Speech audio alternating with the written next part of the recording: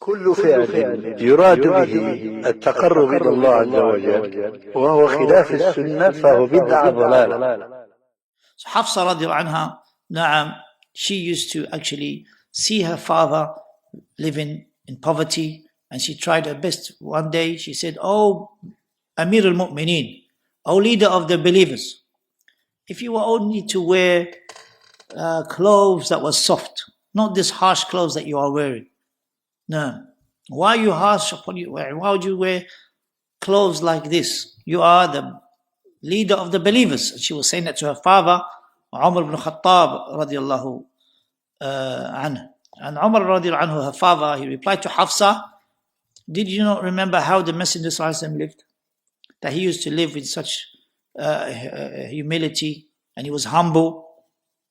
So he kept on reminding her of that, na'am, until she cried, because the Messenger sallallahu alaihi wasallam, na'am, was her husband, and she knew that he was humble, and she knew that he lived in a humble way. But also this shows you the compassion of Hafsa radiallahu to her father. She wanted her father, na'am, to be living in a better state, in a better way, wearing better clothes, yani that was soft upon his skin.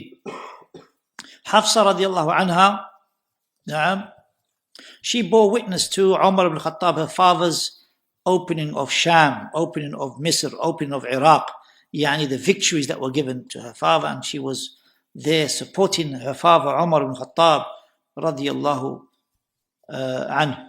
Likewise, na'am, Hafsa radiallahu anha also, she was there, she bore witness to her own father being killed. Na'am, when the Umar radiallahu anhu was killed after, whilst he was praying Salat al-Fajr. And the fire worshipper, Majusi, his name is, his kunya is Abu Lu'lu'ah ad-Du'ali. He came and he stabbed Umar radiallahu anhu while Umar radiallahu anhu was praying Salat al-Fajr. He stabbed him because there was a slight dispute that happened beforehand, a disagreement. Initially, Umar radiallahu anhu did not want non-Muslims to enter Medina. For what reason? Because of the security and safety of the rest of the companions. But when they were allowed to enter, because some of the companions said, let them enter for their trade, for their skill. So they let some of them enter. Some of them were Magians, Magians. Some of them were from the Jews or the Christians. The fact is, they were sought for their trade, just as it is allowed now for non-Muslims, for Jews, Christians to enter Muslim lands for some trade or for some skill that they have. But in reality, what happened was this particular Majusi, this particular fire worshipper, his name is Abu Lu'lu'ah ad-Du'ali, he actually, when he disagreed with with the one that hired him, and he wanted his rights, and one time he came to Umar and he wanted to get his rights by way of the Amir al-Mu'mineen, by the leader of the believers, to give him his rights in this regard. And of course, it's not easy to ascertain who's right, who's wrong in any type of dispute between the manager or the person who owns a company or owns some goods, and he has workers. It's not easy to ascertain. So what happened was, when this fire worshipper, this Abu Lu'lu'ah ad-Du'ali, realized that he's not getting, or he got delayed, his rights got delayed, and he wasn't getting what he asked for. So what did he do? He chose a time to kill Umar, and he chose that time, Fajr, where he was praying, and he came behind him and he stabbed him. Umar radiallahu was carried to his deathbed. Hadith is in Bukhari.